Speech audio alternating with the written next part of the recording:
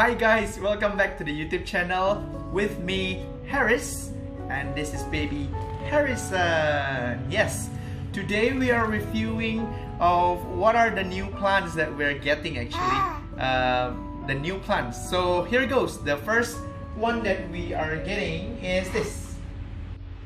This is a Pink Princess Philodendron, guys. Pink Princess Philodendron, why it was named like that? Because you can see the pinkish leaf, which is like real beauty. Yeah, so the Pink Princess Philodendron. Some people also call it Pink Congo, so it's very similar between those two, Pink Congo and then Pink Princess Philodendron. As this plant will grow up quite big and then quite huge, it's almost like having a stem like Monstera, but it can grow quite wild, and then we sometimes need a moss pole also to kind of like align the stem of these plants. So this number one plant is Pink Princess Philodendron. And on number two, we have the elephant ear plant. Elephant ear plant or Anthurium. You can see the veins, so-called people call it veins, and the velvety leaves. It's very velvety, very soft. One of the amazing things about this plant is as you are facing this to the sunshine, or you are facing this to the light, it will grow onwards into one direction, which is towards the light, which is natural for the plant. And you can see this has many leaves, and this is pretty good and has been like quite okay for some days up until it developed the brownish tip.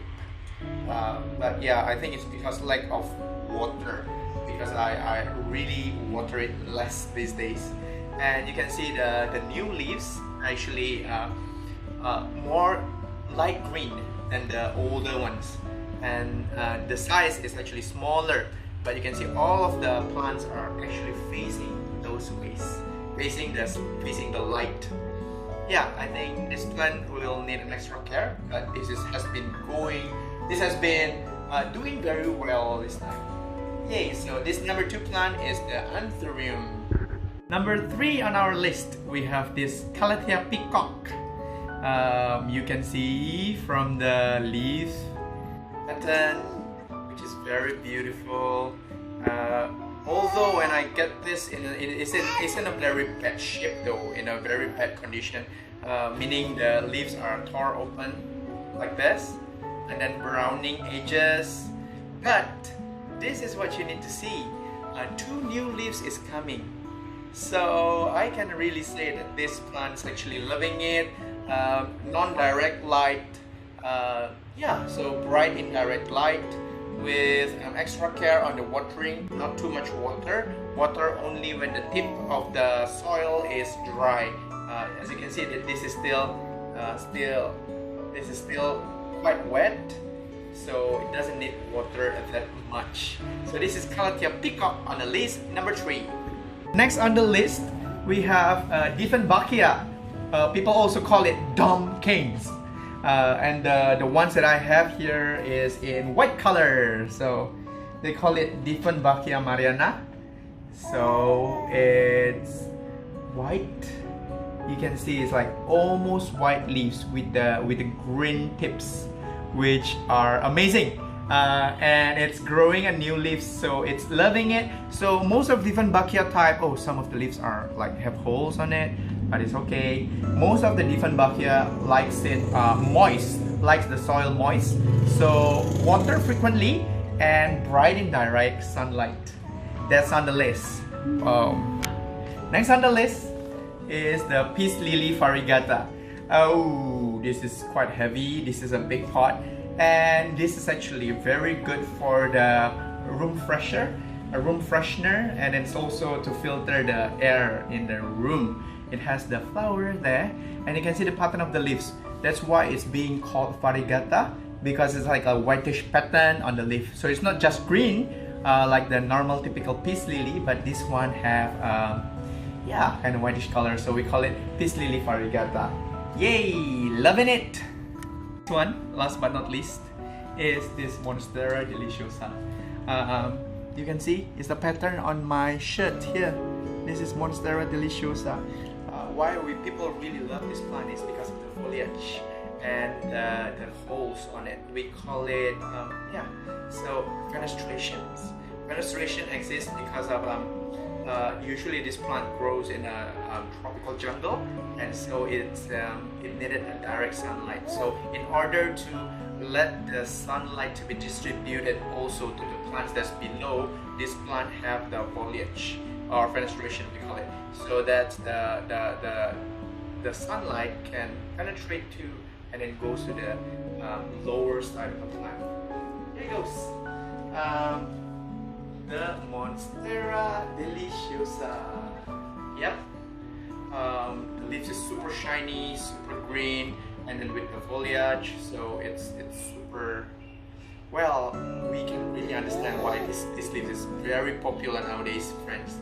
And yeah, as the pattern of the leaves when it was young, or the very first one, is actually not very much of fenestrations or holes.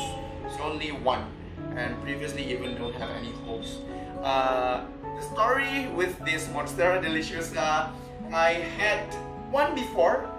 It's actually quite good and it's already grown big, but it's just every time I take a look at that plant, I cannot hold myself to just do something with it, you know, cut, put it in the water propagation, and then go and so on, move it from the soil to the water. And what happens is the big plants that have 12 leaves already now becomes a baby plant. But thank God it's still surviving, and all the yellow leaves we need to, well, throw away, guys, because it's already yellowing.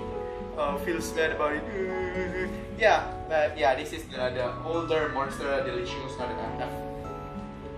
There you go. See, the fenestration is almost gone because it's a young, started from the ground zero again. It's actually 12 leaves, big with a huge fenestration with a lot of holes, but now it became like this. So these are the smaller ones, also not very good with the leaves because it's kind of like broken. And then this is actually 3 plants that we have from one same mother plant. Yeah, but it's not doing very well, so it's yellowing, and you can see that this one is also turning yellow. So that's why we got another one. It's like we'll learn from the lesson. Well, that's the beauty of the of having, like, learning new things about indoor plants, that you learn from your mistakes.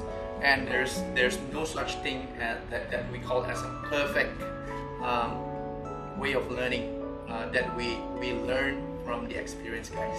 So yeah, if you ask me what are the best easiest starter plant to have if you are a beginner, if you are starting really new on this indoor plant things, number one, I would really say is ZZ plant, Zamioculcas. It's very good for beginners. They say it's almost impossible to kill this plant, and the leaves are so good. And the root have some kind of bulb to contain the water. So it really grows a lot, and then yeah, sometimes it could grow very long, also very tall. So starter plant, definitely I'll say ZZ plant. And yeah, Diffenbachia is quite easy to start with also, and Philodendron, even though not all of it, Philodendron Burlamux is one of the things that I can say, hey, you should start with it, you know, right away.